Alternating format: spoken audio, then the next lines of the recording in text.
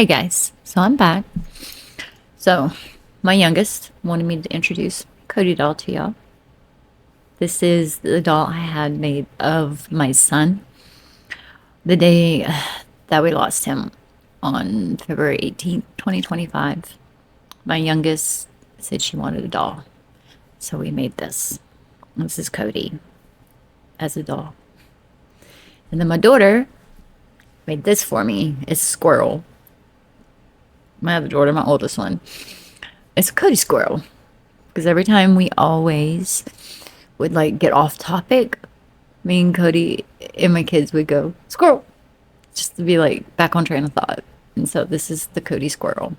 And inside it has got his ashes. It has got Dungeon and Dragon, his dice, because he loved Dungeon and Dragon. It's got one of his old shirts, some other stuff in here. So these is Kody doll and Kody squirrel for my baby. So my youngest wanted me to show you these. But anyway, so today, this week, today, week 5, I want to talk about why I keep telling his story. Why I keep doing what I'm doing on here.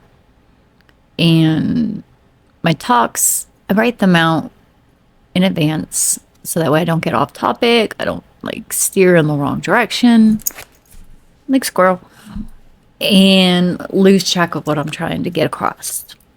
So welcome back. So on here, let's do this. So this is why I keep talking about my son, about Kody.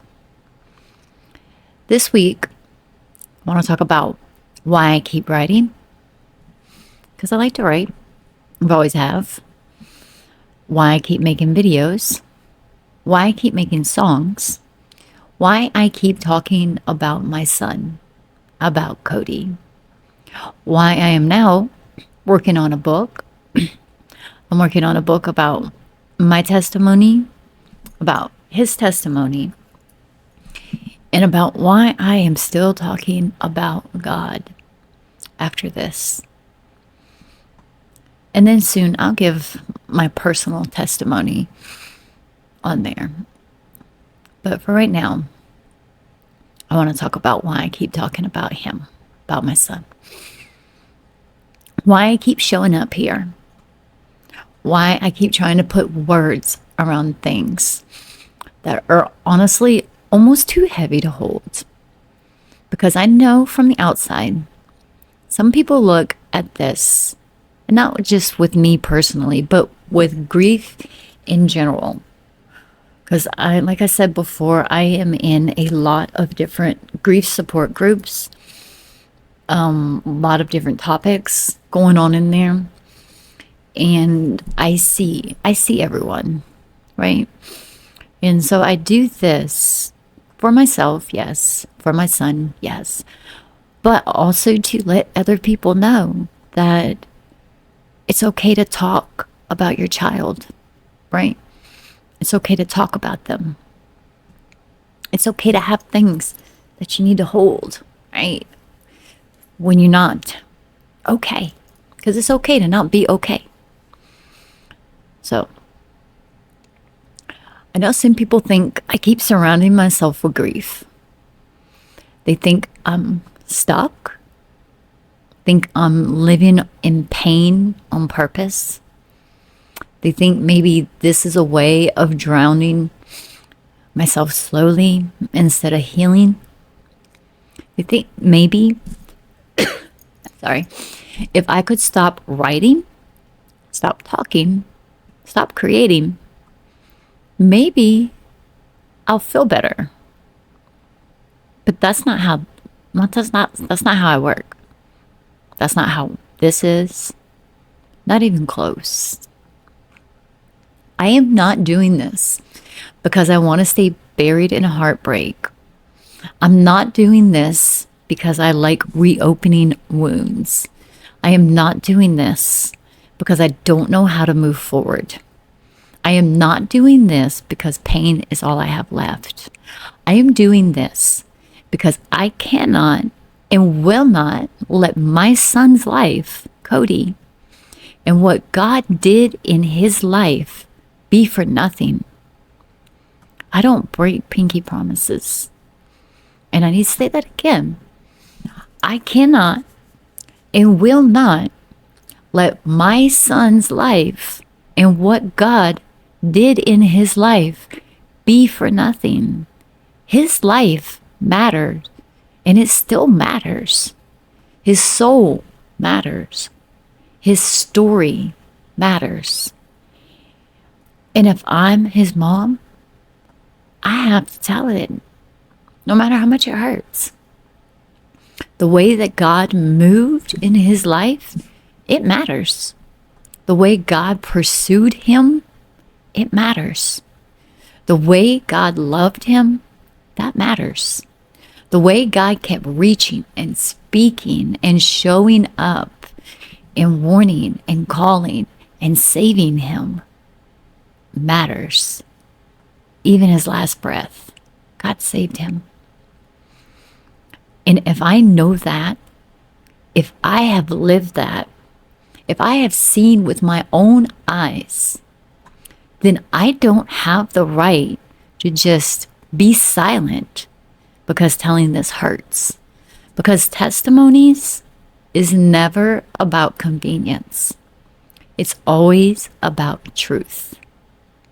And truth is, God takes our mess and turns them into a message. That's not just something that sounds good on a t-shirt. It's not just some church line that people say when they don't know what else to say. That's something that I personally have lived. I've seen God do it before.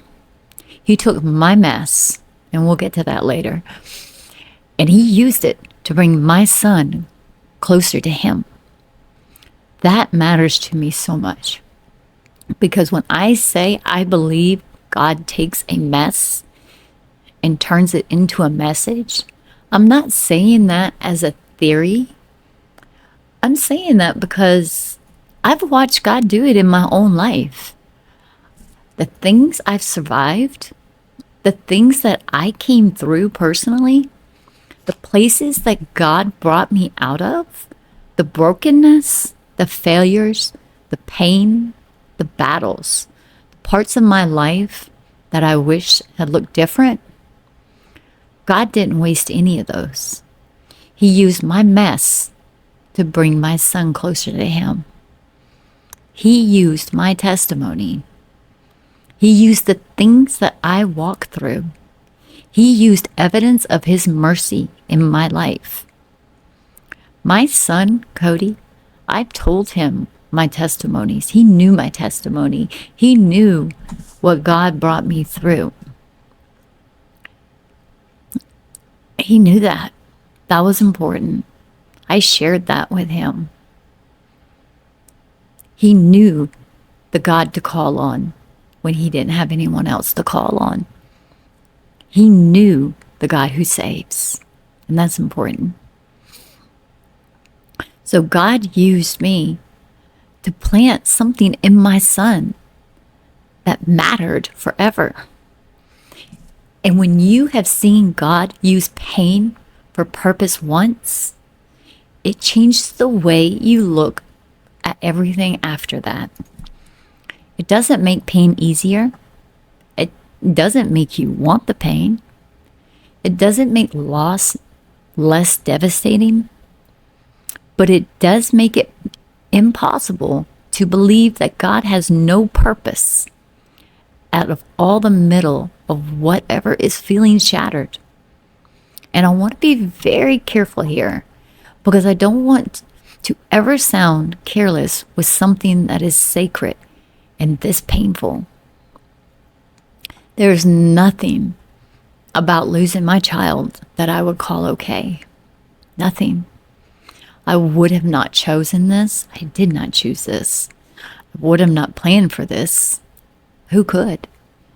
I would not have written the story this way. I'm not that Arthur. God is. I want my son here. I wanted more time. I wanted more laughs. I want more memories, more conversations. On this side of heaven, I just want my son to walk back through that door.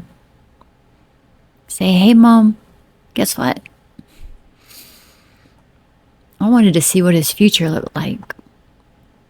I wanted all the things that every mother in this world wants to see her son or child do. Everything. So when I say God can use this, I'm not saying that to replace him. Nothing. Not even a dog can replace him. When I say God can bring a message out of a mess, I'm not saying the pain is small. It's not small. It's massive. It is life-altering. It is a kind of pain that divides you into before and after. So this is not about me trying to make grief sound beautiful, because this is brutal. That's different. Grief from a child is brutal. This is me saying that even though I am devastated beyond words, I still know who God is. And that is one of the deepest tensions I live right now. Because I know some people think faith means that you stop wrestling. Some people think faith means that you stop crying. Some people think faith means if you trust God enough, you won't feel shattered anymore. Some people think faith means you no longer ask questions about why. But that's not how this works. Faith is not the absence of heartbreak. Faith is not pretending that everything is okay after you lose a child. Faith is not trying to tie a neat bow around something that ripped your heart open. Faith is standing in the middle of what you never would have chosen and saying, I still do not understand this. I still hate this. I ache. I miss them. I still have questions, but I still know the God who saved his soul. That is where I live. And that right there is one of the deepest anchors that I have, even though it did not go as I planned. I know the God who saved his soul. I know him. I know the God that reaches down into the pits, the places that we cannot reach. I know what God can do that I could not see. I know the God who loved my son more than I did. And that is hard for a mother's heart to even hold. But it's true. I always used to tell Kody, my kids, I love you to the moon, trees, and the stars. And then I'd always go to Kody and say, but who loves you more? And he goes, who, Mama? I said, God. And he said, but Mom, why does God love me more? And I say, because I love you to the moon, back down to the trees, and all the way up to the stars. And I said, but God loves you so much that he loves you all the way past all that, way up to heaven. Right where you are now, Kody. Right where you are now. He loves you that much. And he's got you in heaven. So, yeah, I know the God who still saves. So this definitely did not go the way that I planned. Not even close. My plans, they broke. My heart, it broke. The future I thought I was going to have with my son, it broke. The rhythm of my house, it broke. Parts of me broke that I will never be the same again on this side of heaven. But you know what?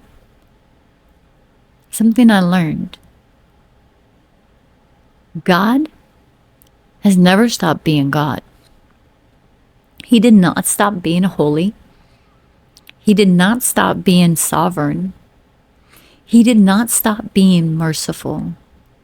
He did not stop being the one who saves. He did not stop being the one who redeems. He did not stop being the one who brings beauty out of ashes, even when ashes are what you have now. And because He is God, I can still look at my son's story and say, he mattered. I cannot let my son's story end on tragedy. That is why I write. That is why I keep making videos. That is why I keep making songs. That is why I'm writing this book. Not because I'm trying to live out a wound forever, because I believe that testimonies, they carry responsibility. There are some stories that are too important to leave scattered everywhere. There are some things God has done for His children that we're not supposed to bury under the silence because it feels easier. There are some lives that matter too deeply, and some ways God moves just too powerfully for them to just be tucked away like they never were touched by Him. And I believe my son's story is one of those. I believe God did in his life, that's one of those stories. I believe that God showed us, taught us, revealed to us the ways that He kept pulling and calling love through everything. Now, these are not things I'm supposed to keep locked and tucked away, because somebody else out there watching this right now may need to hear this story. Someone else out there may need the warning. Someone else out there may need hope. Someone else out there may need the reminder that God is still moving in the places that look impossible. Someone out there may need to hear about a son whose soul mattered eternally. Someone else may need to hear a mother say, "My heart is shattered, and I still know God is real." That matters. And I think that's why this feels like such a heavy weight about this, because this is not just creative work to me. It's not just picking up hobbies to distract myself. It's not just content for content's sake. I don't even care if I get any likes, right? This is not me trying to stay busy so I don't feel. If anything, this makes me feel more. It makes me stop. It makes me remember. It makes me slow down enough to touch moments that are holy and heartbreaking at the same time. It makes me sit with the details that matter. It makes me carry things with intention, what I never wanted to carry at all. So this is not avoidance, it's stewardship. That is the word, stewardship. I am trying to steward my son's story well. I am trying to steward his testimony well. I am trying to steward what God did in his life well. I am trying to steward what God has shown me well. Because when God lets you see something, when God lets you live through something, When God lets you witness his hand in the middle of devastation, that is love. And that's not a light weight. That's a heavy weight. And that weight asks something of you. It asks you to carry it carefully. It asks you not to cheapen it. It asks you not to hide it just because it cost you something to tell. And yeah, it does cost me. There are days that it costs me a lot. There are days that I sit and I write, and the weight of it sometimes is a lot. There are days that I start putting words together, and I have to breathe for a second under the aftermath because it rises up so fast. And there are days that I work on songs, and every line feels like a wound and a prayer. There are days that I work on this book that I'm doing, that I realize that I'm not just organizing chapters or stories or thoughts. I am handling pieces of my son. I'm handling his memory. I'm handling pain. I am handling the evidence of God in his life and mine. I am handling love that has nowhere to go but up, outward, and into the work that I am now called to do. That is sacred to me. Painful? Yeah, but sacred. And sometimes people don't understand that not everything painful is harmful. Sometimes painful things are holy. Sometimes painful things are exactly where their purpose is born. Sometimes painful things are labor. Sometimes painful things are how God pulls something out of what looks like was dead. Sometimes painful things are what love looks like when love has lost the ability to hold the person physically and start preserving, carrying, honoring, speaking instead. That is what this feels like to me. Love is still doing something. Love is still carrying weight. Love is refusing to go silent. And I need to say this plainly because I think a lot of grieving people, and I'm not an expert, but I think a lot of people that are grieving need to hear it. Doing something meaningful with your pain is not refusing to heal. It's not. Remembering is not a dysfunction. Writing is not a dysfunction. Testifying is not a dysfunction. Making songs is not a dysfunction. Telling the story is not a dysfunction. Honoring your child is not a dysfunction. Trying to make sure what God did is not forgotten is not a dysfunction. Sometimes one of the most honest and faithful things that you can do, because what's the alternative? Pretend it didn't matter? I can't do that. Pretend their life can just be folded up neatly and put away to make other people more comfortable with that? I can't do that either. Pretend the way God moved should have stayed hidden because speaking it out loud makes people uneasy. I can't do that. And I don't think I'm supposed to do that. It's not in me. Scripture tells us that we've overcome the blood of the Lamb by the word of our testimony. That means testimony matters. Not polished perfection, not cleaned up stories with all the rough edges smoothed out. Testimony, the word of what God has done, the word of his faithfulness, the word of his mercy, the word of his power saving. The Word, where he was in the middle of everything that was sent to destroy us. That matters. And I think in this world, everyone's so used to the noise.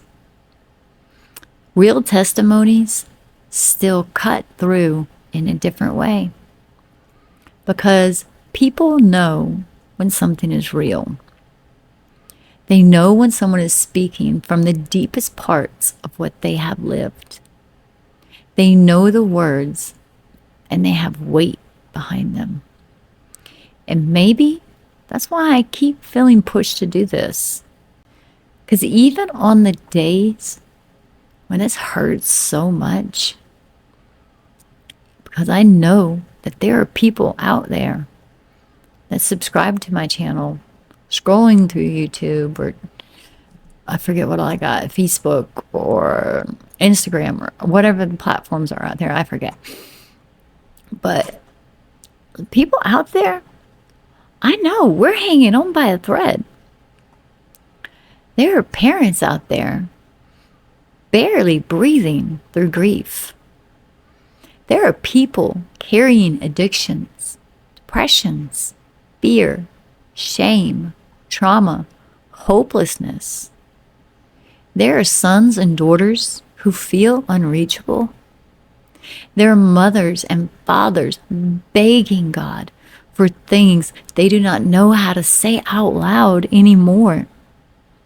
There are people who are one honest story away from not giving up, one song away from feeling seen, one line away from realizing that God has not abandoned them, one testimony away to turning back towards Jesus. And if that is true, then I don't want my silence to get in the way of someone else hearing what they need to hear. If you're listening to this, that means you need to hear what I'm saying. That's how serious this is to me. Because it's not about preserving memory. It is about offering witness. It is about saying, this happened. This broke me. This changed me forever. And God was right there. That matters. Not because it solves everything. It doesn't. Not because it answers every question. Lord knows it doesn't, because I keep asking. Not because it takes away the pain. It doesn't do that either. I still miss my son every single solitary day. Every second. I still carry him every single day. Whether he's sitting right here with me, or here, or on my necklace, or here, on my ring, or in my heart, or all around me. I still carry my son every single day. Everywhere I go. There's nowhere you can go, right? I still have moments where the reality of this hits real fresh. I still have tensions of loving heaven because my son is there, and hating death because it separated us. That tension is real. And I'm not interested in pretending it's not, because I know this. Death does not get the final word. I know a name. Jesus. Jesus gets the final word. Heaven is real. Salvation is real. The cross was not for nothing. Resurrection was not for nothing. The promise that death was defeated was not empty. The promise that the word was not empty. The promise that Christ, those in Christ, are held by him, it's not empty. And that matters deeply. Because if I had all the worldly and earthly perspective, this would swallow me whole. But I don't have only earthly perspective. I have pain, Yeah. I have heartbreak. Yeah. I have questions, lots of them. But I also have Jesus Christ. And because I have Jesus, I have an anchor that the grave cannot take. That doesn't mean I'm not devastated. I live in devastation. It means that God is there.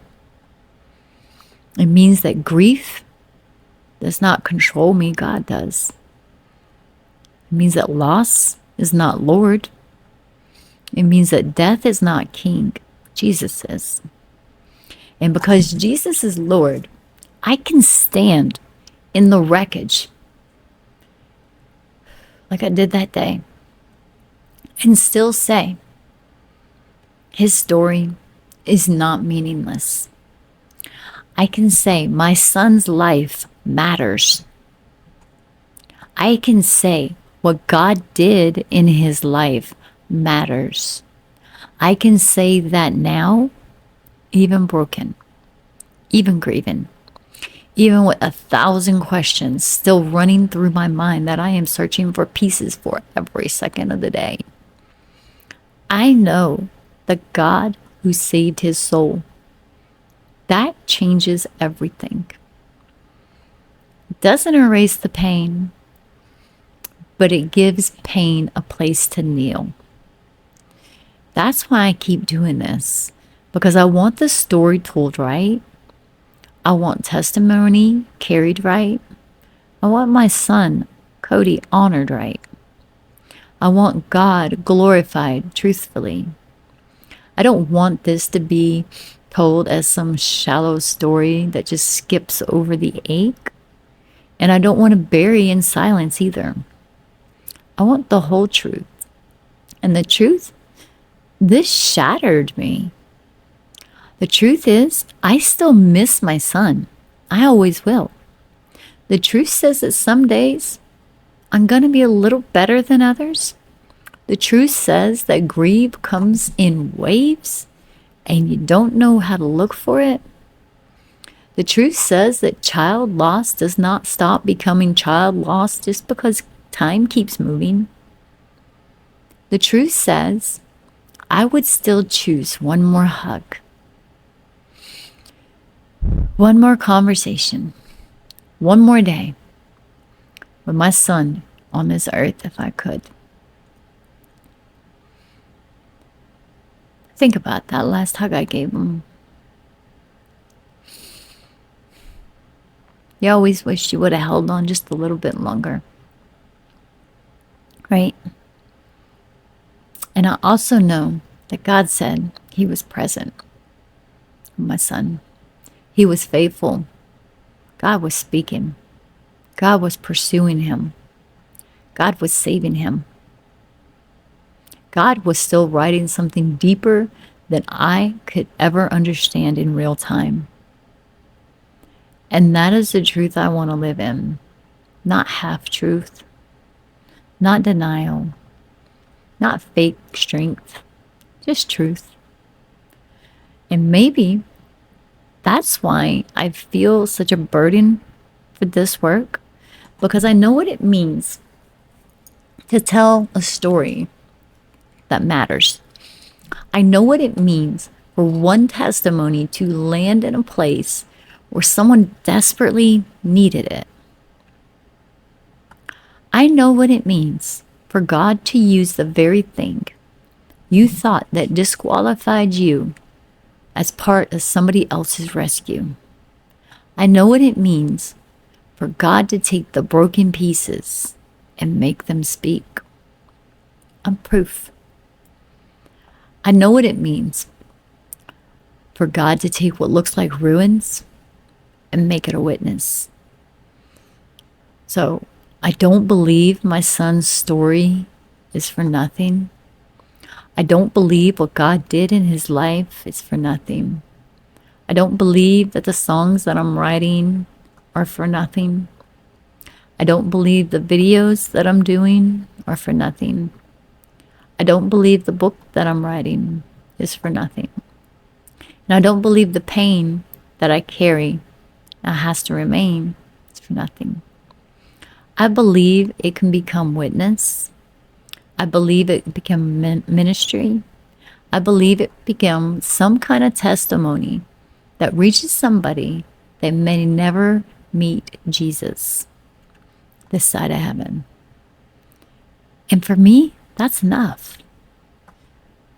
Maybe obedience doesn't require me to know all the outcomes. Maybe it only requires me to keep carrying what God placed in my hands. And that's what I'm trying to do. Carry it well. Not perfect, but faithfully. Carrying the story, carrying the testimony, carrying the love, carrying the grief, carrying the truth, carrying the evidence of God. And keep putting things out there that can help somebody else. Because even if one person hears this talk, or hears one of these songs that I put out there, or reads part of this book one day that I'm about to get published here, and it helps them decide not to give up, that one person comes back to God, if one person feels less alone, if just one person feels seen, if just one hurting child is reached, if one person realizes that there's hope in Jesus, then the testimony is still doing what a testimony does. It's still bearing fruit. It's still speaking. It's still alive. It's showing that my son mattered more than words I can explain. And for someone who has ever wondered why I keep doing what I'm doing, I'm not drowning. I'm doing this out of obedience with love. I'm trying to obey with testimony, obey what God tells me to do. I'm trying to make sure that my son's life and what God done in his life is not treated like it's meant for nothing. Because it's meant for something. He was meant for something. And God saved his soul still means everything to me. God allowed me to witness to my son, put his heart back with God. God knew that he needed him. God told me the year before, Kody needs me. Kody needs me now. I began to pray heavy, harder, warrior prayer. My son turned. He came, Mom, called me on February 26th at 7:30 and said, Mom, what, babe? I gave my heart back to God. That mattered. That was 2024 in February. God let me witness to him, show him how much he loved him, bring him closer. The next year, February again, that's when I lost him. 2025. But you know what? God knowed the details. He knew my son needed him. He let me be part of that. For that I am grateful. For that I know where my son's heart was when he took his last breath.